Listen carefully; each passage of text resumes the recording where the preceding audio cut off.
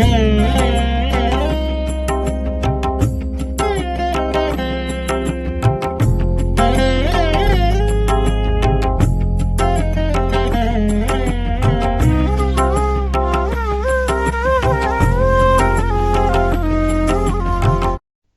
சார்ந்த தலைவர் அவர்களே, இந்த மகாசபையிலே குழுமியிருக்கும் சிந்தனை சிறந்த பெரியவர்களே, அருள்நிதியர்களே, அருட்செல்வர்களே, தாய்மார்களே, உங்கள் அனைவருக்கும் எனது மகிழ்ச்சி, என்னுடைய வாழ்த்துக்கள். இன்முகம் என்பதை பற்றி சிந்திக்க இருக்கிறோம். அது எங்குமே தேடிப்பெற வேண்டியது இல்லை. நம்மிடம் இயல்பாக உள்ளது இன்முகம்தான். நம்மை சுற்றிலும் கோடி கோடி இன்பங்கள் அமைந்துள்ளன. இயற்கையின் பேராற்றலால ஒவ்வொன்றுமே நேச்சுரல் ரிதம் என்று சொல்வார்களே, அது போன்ற இயற்கை இனிமையோடு அணு முதல் கொண்டு அன்னையராக முறை தவறாமல் இயங்கிக் கொண்டிருக்கிறது. ஒவ்வொரு பொருளும் அதன் அளவிலே அதனுடைய இயக்கத்தை நிகழ்த்தி கொண்டிருக்கிறது. அதையெல்லாம் மறந்து விட்ட போது, ரசிக்க தெரியாத போது நாம் முரண்பாடு அடைகிறோம் மனத்தினிடையே. அங்கேதான் வெறுப்புணர்ச்சியோ கவலையோ ஏற்படுகிறது. ஆசையை விட வேண்டியது அவசியம் இல்லை, வெறுப்பை விட்டால் அதுவே போதும் என்று ஒரு சூத்திரத்தில் நான் விளக்கி இருக்கிறேன். விருப்பத்தை ஒழித்துவிட முயல வேண்டாம், வெறுப்பை ஒழித்தால் அதுவே மேன்மை நல்கும் என்று. இந்த வெறுப்பு என்ற போது ஆயிரம் ஆயிரம் இன்பங்கள் இயற்கையினாலே படைக்கப்பட்டது நமக்காக. அவற்றையெல்லாம் விட்டு நம்மை ஒதுக்கி வைத்துக் கொள்கிறோம். அதிலெல்லாம் விட்டுவிட்டால் என்ன நட்டம் தானே. எந்தெந்த இடத்திலே இந்த வெறுப்பு ஏற்படுகிறது என்று பார்க்கிற போது, பிறர் செய்யும் காரியம் நமக்கு திருப்தியாக இல்லை, நான் ஏதோ நினைக்கிறோம், அதற்கு ஒத்தவாறு அவர் நடந்து கொள்ளவில்லை என்ற போது வெறுப்புணர்ச்சி ஏற்படுகிறது. உண்மையிலேயே அது அவரிடம் தவறா என்று சிந்திப்போமையானால், இந்த உலகிலே தவறு என்று கூறுவதற்கு ஒன்றுமே இல்லை. இயக்கத்தொடராக ஒவ்வொன்றும் ஒன்றன் பின் ஒன்றாக நிகழ்ச்சிகள் நடந்து கொண்டே இருக்கின்றன. நான் எந்த நிலையிலே அறிவை வைத்துக் கொண்டு நின்று நோக்குகிறோமோ, நாம் நோக்கக்கூடிய கோணத்துக்கு தக்கவாறு நல்லதாகவோ கெட்டதாகவோ புரியும். அது நம்முடைய மனத்திலேதான் அது தவறு இருக்கிறதே தவிர, நாம் வெறுப்புணர்ச்சிக்குரிய பொருள் உலகத்திலே ஒன்றுமில்லை. ஒரு நாள் நான் தாம்பரம் ரயில்வே ஸ்டேஷன்ல இறங்கி நடந்து வெளியே சென்று கொண்டிருக்கிறேன். யாரோ மலங்கழித்து இருக்கிறார்கள், அங்கே தெரியவில்லை, கொஞ்சம் இருட்டு, கால் செருப்போடு அழிந்து விட்டது. அத ஒரு அசிங்கமான மன உணர்வு, வெறுப்புணர்ச்சி உண்மையிலேயே ஏற்பட்டது. அடுத்த நிமிடமே ஏன் இந்த வெறுப்புணர்ச்சி என்று கொஞ்ச நேரம் அந்த காலை நன்றாக புல்லிலே துடைத்து விட்டு, அதிலிருந்து அந்த வெறுப்புணர்ச்சி, அசிங்க உணர்வு, இதுல இருந்து என்னை மீட்டுக் கொள்வதற்காக அங்கேயே நின்று சிந்திக்கிற ஒரு காட்சி. இந்த மலமே பேசுவது போல, அப்பா ஏன் என்னை பார்த்து இவ்வளவு வெறுப்படைகிறாய்? மனமுள்ள உணவாக இருந்தேன், உன்னை போல ஒருவரிடத்துல சேர்ந்த போது, வெளிப்பட்ட போது இந்த நிலையோட வந்திருக்கிற. இப்படியே இருந்தாலும் இன்னும் 2-3 நாட்களுக்குள்ளாக நான் தூய்மை அடைந்து விடுவேன். ஆனால் நீ தூய்மை அடைவது எப்போ என்ற அகக்காட்சியாக இருந்தது. அப்பொழுது வெறுப்புணர்ச்சிக்கு என்ன காரணம்? எதுவோ நல்லது கெட்டது, இதுதான் சரி அதுதான் சரி என்று நாம் ஏதோ ஒரு முடிவு வச்சிருக்கோம். அந்த முடிவு தவறான முடிவாக கூட இருக்கலாம்.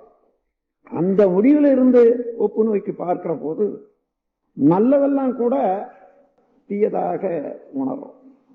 அந்த அளவில் நாம் சிந்தித்து பார்த்தோமே ஆனால், உலகிலே பகை செய்வதற்கு, பகைப்பதற்கு ஆளே இல்லை, பொருளே இல்லை, நிகழ்ச்சிகள் கூட இல்லை.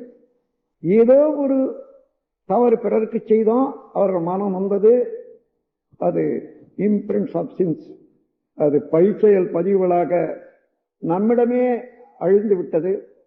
அது காலத்தால பழிச்செயல் பதிவுகள் வெளியாகும் போது அது துன்ப உணர்வாகத்தான் வெளியாக வேண்டும். அதற்குரிய சந்தர்ப்பத்தையும் இயக்கத்தையும் இயற்கை தானாக ஏற்படுத்தி கொடுக்கும். அப்போது துன்பப்படுகிறோம். யார் மூலமாக அந்த துன்பம் வந்ததோ அவர்களை வெறுக்கும். இங்கே உண்மை என்ன? என்னுடைய பழிச்செயல் பதிவு காலத்தால வெளியிட வேண்டியதாக, வெளிப்பட வேண்டியதாக, தூய்மை அடைய வேண்டியதாக இருக்கிறது. அந்த காலம் வந்து விட்டது. இயற்கை என்ற பேராதார சக்தி தக்க நபரை கொண்டு அந்த செயலை முடித்து என்னிடம் உள்ள பதிவை தூய்மை செய்கிறது. ஒரு துன்பம் என்ற உணர்வை தந்து எனக்கு துன்பம் அளித்தவர் பேர்ல நான் எப்படி வெறுப்படைய முடியும்? நமது செயல்களில் 3 வகையாக பிரிக்கலாம். அவற்றை central nervous system, autonomous nervous system, universal wave system என்று 3 வகையில நம்முடைய மன இயக்கம், உடல் இயக்கம் நடைபெற்றுக் கொண்டிருக்கும்.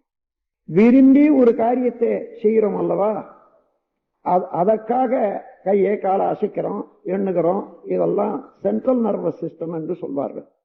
விரும்பாமலே நடைபெறக்கூடிய நிகழ்ச்சிகளுக்கு அட்டானமஸ் நர்வஸ் சிஸ்டம் தானாக இயங்கிக் கொண்டிருக்கிறது என்று சொல்வார்கள். அதற்கு மேலாக யூனிவர்சல் வேவ் சிஸ்டம் என்று ஒவ்வொரு பொருளிலேயும் அடங்கி அது காலத்தால அது விரிந்து செயல்படுகிறது. அலையாக பற்றி உதாரணமாக நாம் பேசுகிறோம், அந்த பேச்சு இந்த ரெக்கார்டர்ல பதிவு செய்யறாங்க. அலை, பேச்சு ஒரு அலை, அந்த அலையிலே ஒரு அழுத்தம், அந்த அழுத்தம் தான் பதிவாகிறது. மீண்டும் அதே அழுத்தம் இன்னொரு கருவியின் மூலமாக வெளியிடும் போது இதே பேச்சு வருகிறது. இவ்வாறு ஒவ்வொரு செயலும் பதிவாகிவிடும். ஒரு மரத்திலே வித்து, அந்த வித்துல மரத்தினுடைய தன்மை முழுவதிலும் ப்ளூ பிரிண்ட் என்று சொல்வார்களே, அது போல பதிவாக இருக்கிறது. நீங்க எடுத்து பார்த்தா அணுக்கள் அடங்கி இருக்கக்கூடிய ஒரு உருவத்துல சிறிய உருவமாயிலும் இந்த மரத்தை பார்க்க முடியுமானா முடியாது. ஆனால் அதை விதையாக போட்டு விட்டா, அதாவது விதைச்சு விட்டா, தண்ணி ஊத்திட்டே வந்தீங்கன்னா முதல்ல மரம், செடி வரும், தண்டு வரும், கிளைகள் வரும். காலத்தால 2 வருஷம் 3 வருஷம் பொறுத்து பூ வரும், அதன் பிறகு காய் வரும், பழம் வரும். இவைகளெல்லாம் எவ்வாறு அடங்கி இருந்தன, எவ்வாறு வெளிப்படுகின்றன என்றால் இதுதான் யூனிவர்சல் வேவ் சிஸ்டம். இது அட்டானமஸ் என்றோ சென்ட்ரல் நர்வஸ் சிஸ்டம் என்றோ சொல்வதற்கு இல்லை. எப்படி என்றால், விதைய போடுறோம், 10 விதமான விதைய போடுறோம் 10 தொட்டியில, அதுவே தண்ணி, அதுவே மண். ஆனால் ஒவ்வொரு மரத்துக்கும் அல்லது பூச்செடியாக இருந்தால் அந்த பூச்செடிக்கும் ஒவ்வொரு விதமான ரசாயன அமைப்பு, அதனுடைய பூக்களுடைய அமைப்பு, பேட்டர்ன், பிரிசிஷன், ரெகுலாரிட்டி என்ற முறையில ஒவ்வொன்றுக்கும் ஒவ்வொரு வித தன்மை இருக்கிறது. அது காலத்தால ஒவ்வொன்று வெளிவருகிறது.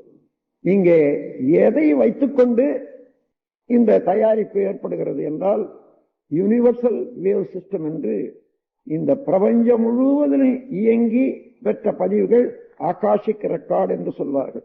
அந்த ரெக்கார்ட் படி இப்போ கம்ப்யூட்டர்ல ஒரு செய்தியோ ஒரு கருத்தையோ பதிவு செய்யறோம், மீண்டும் அது வெளியிடுகிறது. எல்லாவற்றையும் சேர்த்து மெமரி என்று கொண்டு போய் வச்சிடுறாங்க.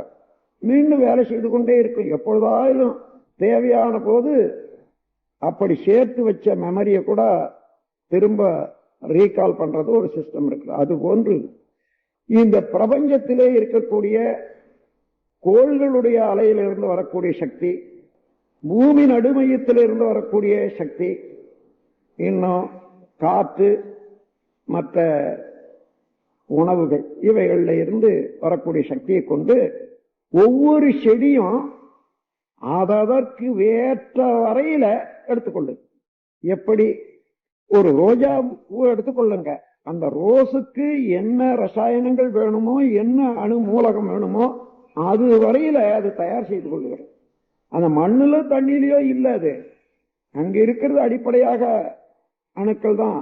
இந்த மாற்றுக்கு உரிய சிறப்புகள் எல்லாம் அட்டானமஸ், அதாவது யூனிவர்சல் வேவ் சிஸ்டம் என்றதுல இருந்துதான் எல்லாமே நடைபெற்றுக் கொண்டிருக்கிறது. அதுபோன்று நாம் செய்த செயல்கள் உள்ளே பதிவாகி இருந்தாலும் அது செயல்படுவதற்கு இங்கேயே எல்லா பொருட்களும் இல்லை. அது செயல்படுவதற்கு இன்னொருவருடைய ஆற்றல் கொண்டு செயல்பட வேண்டியதாக இருக்கிறது. உதாரணமாக ஒருவர் மனம் வெதும்பி ஒருவருக்கு சாபத்தை கொடுத்து விடுகிறார், நீ பாம்பு கடிச்சு சாவணும் என்று. அது பதிந்து விடுகிறது. இன்னொருவருக்கு ஏதோ ஒரு நன்மை செய்து வைக்கிறார், அதுவும் பதிந்து விடுகிறது. எப்பொழுது உனக்கு எந்த கஷ்டம் வந்தாலும் எல்லாம் வல்ல இறைவன் அதை நீக்க அருள் புரிவாராக என்று அவர் மனம் குளிர அவர் வாழ்த்தி வைக்கிறார். எங்கேயோ போய்கொண்டு இருப்பார், அந்த காலம் வந்து விட்டது. அங்கே ஒரு பாம்புக்கு இவருடைய எண்ணத்திலே பதிந்த பதிவு ஒரு பாம்புக்கு இயக்க வேகமாகி நேரா குறுக்க வரும், அது மேல காலை வைப்பாரு, கடிச்சுவிடும். அந்த வேலை அது முடிஞ்சது. பாம்பின் மேல பகை கொள்ள முடியுமா இங்க? அதன் பிறகு பாம்பு கடிச்சதை விஷம் ஏறித்து யாரோ இப்படி அப்படி அலைகிறார்கள். ஓ, அந்த விஷ வைத்தியர் இன்று ஊருக்கு வந்திருக்கிறாரு, அது 4வது ஊர்ல இருந்து, அவர் இங்கதான் தங்கி இருக்காரு இன்னார் வீட்டுல என்று ஒருத்தர் சொல்லுவார். உடனே அவரை போய் அழைச்சிட்டு வராங்க. அது சரியாக விஷம் உரிய மருந்து கொடுத்தாயிடும்.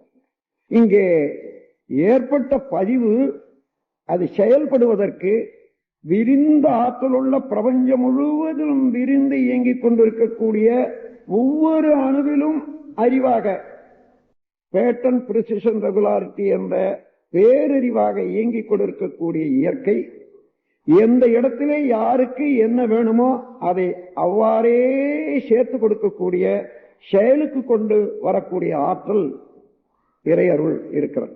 இங்கே பாம்பின் மேலே பகை கொள்வதோ அல்லது வைத்தியரை பாராட்டுவதோ மாத்திரம் போராது. அதற்கு மூலமாக ஒரு வினையின் தொடராக செயலின் தொடராக விளைவு வந்து கொண்டே இருக்கிறதே இது இயற்கையில. அதை தெரிந்து கொண்ட போது அமைதி கொள்ள வேண்டியதுதான்.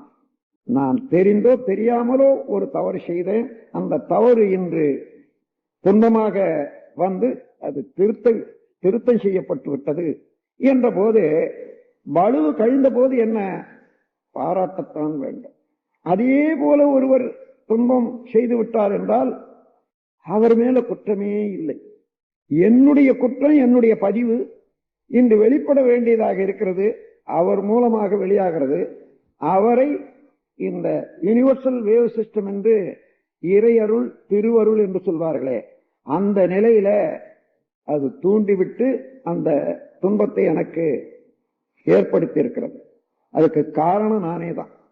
எங்கே அவரை போய் பகைத்தோ அவரிடம் வெறுத்து கொண்டோ என்ன தேவையே இல்லை. அதற்கு பதிலாக என்னுடைய பதிவை நீக்கி என்னை தூய்மை செய்வதற்கு இறையருள் அந்த மனிதனை உபயோகப்படுத்திக் கொண்டதல்லவா, அவன் பாக்கியசாலி, அவன் வாழட்டும், வாழ்க வளமுடன், வாழ்க வளமுடன் என்று இதுதான் எதிரிகளை கூட வாழ்த்த வேண்டும் என்று வள்ளுவனார் கூறியிருப்பது. துன்பம் செய்தாலும் கூட அவருக்கு நன்மையே தான் செய்யணும். காரணம், துன்பம் செய்தது அவன் அல்ல, அதற்குரிய காரணம் நானே தான். இப்ப அவன் துன்பம் செய்யவில்லை, சரியாக பார்க்கிற இடத்துல எனக்கு நன்மை தான் செய்திருக்கிறான். அடங்கி இருந்த ஒரு அழுக்கை துடைத்து விட்டான், அவன் வாழ்க. இந்த மாதிரி இயற்கையினுடைய பேர அருள பிரபஞ்சம் முழுவதும் நிரம்பி ஒவ்வொரு அணுவிலும் அறிவாக இயங்கிக் கொண்டிருக்கக்கூடிய அதே ஆற்றல் எல்லா பொருளிடத்திலும் இருக்கிறது. அவரவர்களுடைய வினைக்கு தக்கவாறு காலத்தோட அதனுடைய விளைவுகளை கொண்டு வந்து சேர்க்கக்கூடிய ஆற்றல் திருவிளையாடல் என்று சொல்வார்கள். அந்த நிலையில நீங்கள் கவனித்து பார்ப்பீர்களே ஆனால் ஒவ்வொரு நிகழ்ச்சிக்கும் நாம் நேரடியாக காரணத்தை கண்டுபிடிக்கக்கூடிய அளவுக்கு அண்மையில நிகழ்ச்சிகள் இருந்தா கண்டுபிடிக்கலாம். இல்லையானா உண்மையிலேயே இந்த உண்மையை உணர்ந்து கொள்ளலாம். அதைதான் அது அதிர்ஷ்டம் என்று சொல்வார்கள். திருஷ்டம் என்றால் தெளிவாக பார்க்கக்கூடியது, அதிர்ஷ்டம் என்றால் தெளிவாக புலன்கள் மூலமாக உணர முடியாது, ஆனால் நடைபெற்றுக் கொண்டிருப்பது. அதை அதிர்ஷ்டம் என்ற வார்த்தையினால சொல்வார்கள். அந்த முறையில சரியாக நாம் கவனிக்கும் இடத்து உலகிலே குற்றவாளி யாருமே இல்லை. ஒரு குற்றவாளியே இருக்கிறான் என்று நீங்கள் இன்று அவனை குற்றம் சாட்டலாம் நீதிமன்றத்தில். ஆனால் ஒரு மனிதன் குற்றம் செய்தானேயானால் அந்த குற்றம் செய்வதற்குரிய சூழ்நிலை, குற்றம் செய்வதற்குரிய ஒரு மனப்பான்மை, இவைகளெல்லாம் சமுதாயத்திலேயே இருக்கக்கூடிய குற்றம் தான். அப்படியே பார்க்கும்போது சமுதாயம் என்பது ஒரு கூட்டு, அதுல நானும் ஒரு பார்ட்னர் தான் என்று எடுத்துக்கொள்ள வேண்டியதா இருக்கும். எனவே சமுதாய அமைப்பினிலேயே உள்ள குறைபாடே தனி மனிதன் குற்றங்கள் அனைத்துக்கும் மூலம். சமுதாயம் தனியாரை தண்டித்து மேலும் ஒரு தவறிழைக்கும் செய்கையினை நீதியெனில் நன்றோ. இப்பொழுது நாம் நீதி விசாரணை செய்து நீதி என்று வழங்குகிறோமே, இரண்டாவது குற்றம் என்பது என்னுடைய கருத்து. முதலிலே ஒரு மனிதன் குற்றம் செய்வதற்கு உரிய வாய்ப்பை கொடுத்து அவன் வளர்ந்த வகை, வளர்க்கப்பட்ட விதம் சமுதாயத்திலே உள்ள ஒரு அமைப்பு. குற்றம் செய்வதற்கு தூண்டிய காரணம் கூட சமுதாயத்தில் உள்ள அமைப்பு தான். அப்படி அவன் குற்றம் செய்த பிறகு அவன் மாத்திரம் குற்றவாளி என்று தண்டிப்பது இரண்டாவது குற்றம். குற்றவாளிக்கு உணர்த்துவது தவறில்லை. அதே நேரத்திலே இந்த குற்றத்துக்கு காரணமான சமுதாயம் திருந்த வேண்டும் என்று அந்த தண்டனை அளிப்பவர்கள் அதற்கு ஒரு தீர்ப்பு எடுத்துக்கொண்டால் அப்பொழுதுதான் நீதி என்பது செழிக்கும். ஆனால் அது இல்லை. நாம் இரண்டாவது குற்றத்தைத்தான் நீதி என்று எடுத்துக்கொள்கிறோம். அதே தன்மையிலே நாம் ஒவ்வொன்றையும் பார்க்கிறோம். எப்பொழுதும் ஏதேனும் ஒரு துன்பம் வந்தா, நட்டம் வந்தா, யார் மீதேனும் குறைய சொல்லி நாம தப்பிச்சுக்கிறோம். அவரால் தான் வந்தது, அதனாலதான் வந்தது என்பது மனிதனுக்கு வழிக்கு போகக்கூடிய ஒரு தன்மை உண்டு. குற்றத்தை தான் ஏற்றுக்கொள்ளாது. வாசப்படியில போய் இடிச்சு கொள்வான். வாசப்படி இடிச்சதுன்னு தான் சொல்லுவானே தவிர நான் வாசப்படியில முட்டிக்கொண்டேன்னு சொல்றதில்லை. கல்லில போய் மோதிக்கொள்ளுவான், கல்லு இடிச்சு எடுத்துன்னு சொல்லுவான். நான் கல்லில மோதிக்கொண்டேன்னு சொல்றதில்லை. இது பழக்கம், அது இயல்பாய் மாறிப்போச்சு. இதை நாம் சிந்தித்து பார்ப்போமையானால் குற்றம் என்பதே உலகத்தில் இல்லை. ஆனால் சமுதாய அமைப்பின்படி என்னென்ன செயல்கள் இப்படித்தான் செய்யணும், செய்யக்கூடாது என்று நாம் ஒரு ஏற்பாடு செய்து கொண்டிருக்கிறோம். அந்த ஏற்பாட்டுக்கு முரண்படாத இருக்க வேண்டியது அவசியம்தான். அது முரண்பாடு குற்றம்தான். ஆனால் அது வெறுப்படைவதற்கு இல்லை. அந்த குற்றம் ஏற்படாது இருப்பதற்கும், குற்றம் ஏற்பட்ட பிறகு எத்தனை பேர் அதனால வருந்துகிறார்களோ அந்த வருத்தம் தீர்வதற்கும் நம்மாலான உதவியைத்தான் செய்ய வேண்டுமே தவிர குற்றம் செய்தான் என்று குற்றவாளி ஒருவனை வைத்து வெறுப்படைவதற்கே இல்லை. குற்றவாளி பாவி என்று யாரும் இல்லை உலகிலே. குறைகளுக்கு காரணமோ பழைய சமுதாயம். நமது நாட்டில அண்மையில ஒரு நிகழ்ச்சி நடந்தது. யாரோ தமிழ்நாட்டில் இருந்து போனவர்களை கர்நாடக நாட்டில் யாரோ ஒரு அடிச்சுட்டாங்களாம். அதன் பிறகு அந்த நாட்டில் இருந்து நம்ம நாட்டுக்கு வந்த ஒரு கர்நாடக பேர் வழிய இங்க தமிழ்நாட்டில் எல்லாம் அடிச்சுட்டான். என்ன காரணம்?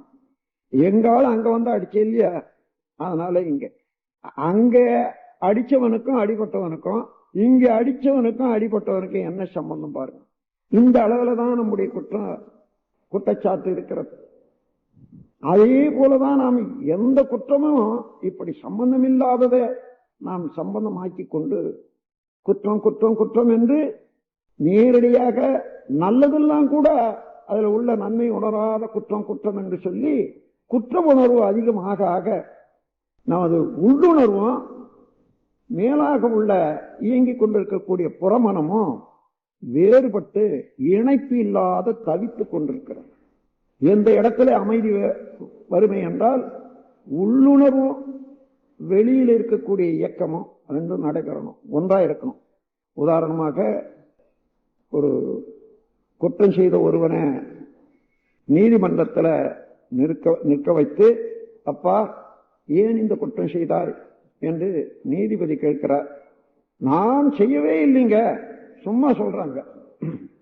ஆனால் செய்தவன் அவனாக இருந்தாலும் கூட அந்த தண்டனைக்கு பயந்து அம்மாதிரி சொல்லுகிறான் என்ற போது முனையில் இருக்கக்கூடிய மனம் என்ற நிலையில இன்ப துன்பத்துக்கு கட்டுப்பட்டது, பயப்பட்டது, அது இல்லை இல்லை என்று சொல்லுகிறது. ஆனா உள்ளே அவன் செய்தது குற்றம், கொஞ்சமாயிலும் மறுக்க முடியுமா? அதை மாற்ற முடியுமா? அதை மறுக்கவே முடியாது. அது பாட்டுக்கு சொல்லிட்டு தான் இருக்குது. நான் என்ன செய்தேன், இங்க போனேன், இங்க அடிச்சேன் என்றது உள்ள இருந்துகிட்டே தான். இப்படி உள்ளுணர்வுக்கும் வெளியில உள்ள பேச்சு அல்லது செயலுக்கும் வேறுபட்டு இருக்கக்கூடிய வரையில மனிதனுக்கு அமைதி என்பது கிட்ட. அந்த அமைதி ஏற்படும் வரையில உடலும் உள்ளமும் நன்றாக ஆரோக்கியமாக இருக்க வழியே இல்லை. ஒவ்வொரு நிமிடமும் இந்த வெளிப்புறம் உட்புறத்துக்கு இரண்டுக்கும் ஷார்ட் சர்க்யூட். இந்த ஜீவகாந்த அலையில பொருந்தா உணர்வாகி அது நரம்புகளையும் பாதிக்கும், இன்னும் மூளையும் பாதிக்கும், உடல்ல உள்ள செல்களையும் பாதிக்கும். அதனால்தான் ராமலிங்க பெருமாள் சொல்றாரு, உள்ளொன்று வைத்து புறம் ஒன்று பேசுவார் உறவு கலவாமை வேண்டும் என்று. அந்த உள்ளொன்று வைத்து புறம் ஒன்று பேசும்போது வெறுப்புணர்ச்சி தான் அதிகமாக இருக்கும். எப்பொழுதுமே உண்மை உணர்வு வராது. ஆனால் எல்லாம் இறைவனுடைய கூற்று, அவர்களுடைய அறிவு இருக்கிறது, தேவை இருக்கிறது. ஆங்காங்கே அவர்கள் இருக்கக்கூடிய நிலைமைக்கு தகுந்தவாறு செயல்களை செய்து கொண்டிருக்கின்றார்கள். அந்த செயல்களை மாற்றி நல்ல முறையில் அவர்கள் செய்வதற்கு யார் யார் தயாராக இருக்கிறார்களோ அல்லது யாராருக்கு எந்தெந்த உதவி வேணுமோ, என்னால் என்ன செய்ய முடியும் அதை செய்வேன் என்று உதவி செய்வதோடு உதவி செய்வதற்கே தன்னை ஆளாக்கி கொண்டு தயாராக இருந்தால் குற்றவாளி என்பதே இல்லவே இல்லை. அப்படி குற்றம் காணாத மனநிலைக்கு வர வேணுமானால் இந்த இயற்கையின் பரிணாமத்தை தெரிந்து கொள்ள வேண்டும். யார் குற்றவாளி? திருடுவதற்கு சந்தர்ப்பம் கிட்டிடாமல் திருடனவன் நல்லவனாய் இருப்பதுண்டு. திருடியே பிழைப்போனின் செயலை மற்றோர் தெரிந்து கொள்ளும் வரையில் அவனும் யோக்கியம். திருடாத உத்தமனும் சந்தேகத்தால் திருட்டு குற்றம் சாட்டப்படுவதுண்டு. திருடினவன் பிடித்து விட்டோன் சொத்து சாட்சி சேர்ந்து நீதிமன்றம் வந்தும் பொய்த்ததுண்டு. யார் குற்றவாளி நிர்ணயிக்க முடியுமா? ஆகையினால குற்ற உணர்வு நம்மிடம் வேண்டாம். சட்டம் இருக்கிறது, சட்டத்தின் கீழே குற்றங்கள் காணப்படுகின்றன. ஆனால் அந்த குற்றத்தை போக்குவது யார்? குற்றவாளிகளை யார் தண்டிக்கிறாங்கன்னு பார்த்தா குற்றமற்றவனாக இருந்து தண்டித்தா பரவாயில்லையே, அது இந்த உலகத்தில் நடக்கக்கூடிய நிகழ்ச்சியா? மூன்றாவது குற்றம். முதல்ல தனி மனிதன் குற்றம் செய்வதற்குரிய வாய்ப்பை அளித்த சமுதாயத்துக்கு அது ஒரு குற்றம். இரண்டாவது, அவன் மாத்திரம்தான் குற்றவாளி என்று அவனை தண்டிப்பது என்பது இரண்டாவது குற்றம். இன்னொரு குற்றவாளி அவனை விட மேலான அதிக கடும் குற்றவாளிய அவனை தண்டிக்க செய்யறது இருக்குது, இந்த மூன்றாவது குற்றம். எங்கே நீதி? நீதியை நோக்கி சென்று கொண்டிருக்கிறோம், ஆனால் இன்னும் நீதி நிலைநாட்டவில்லை. அதுவரையில சட்டத்தை ஏற்றுக்கொள்வோம், சம்பிரதாயங்கள் எல்லாம் ஏற்றுக்கொள்வோம். ஆனால் நம்மிடம் உள்ள குற்ற உணர்வை தள்ளிவிட்டு எல்லோருக்கும் இனிமை செய்யும். குற்றவாளி என்பதை தண்டித்தாச்சு, ஆனால் அவனுக்கும் அங்கே இருந்து வெளியே வர்ற வரையில உணவு வேண்டிய ஏற்பாடெல்லாம் செய்ய ஏற்பாடு அதே அறிவில செய்திருக்கிறாங்க. நடைமுறையில செய்யற போது கொஞ்சம் அது சரியாக வராது இருக்கலாம். ஆகவே அந்த முறையில பார்த்தா குற்றவாளிகள் என்பது நாம் வெளியிலே எத்தனை பேர் குற்றவாளி ஆக்கிறோமோ அதை விட நம்மிடம் குற்றம் மலிந்து இருக்கோம். ஆழ்ந்து ஆழ்ந்து ஆராய்ச்சி செய்து நாம் குற்றத்தை நீக்கிக் கொள்ள முயலும் போது பிறர் குற்றத்தை மன்னிக்கக்கூடிய தகமை ஏற்படும். பிறர் குற்றத்தை மறக்கக்கூடியது அல்லது பாராட்டாமல் அவர்களுக்கு நன்மை செய்யக்கூடிய அறிவு வந்துவிடும். இந்த முறையிலே நாம் சிந்தித்து உண்மையிலேயே குற்றம் யாரிடமும் இல்லை,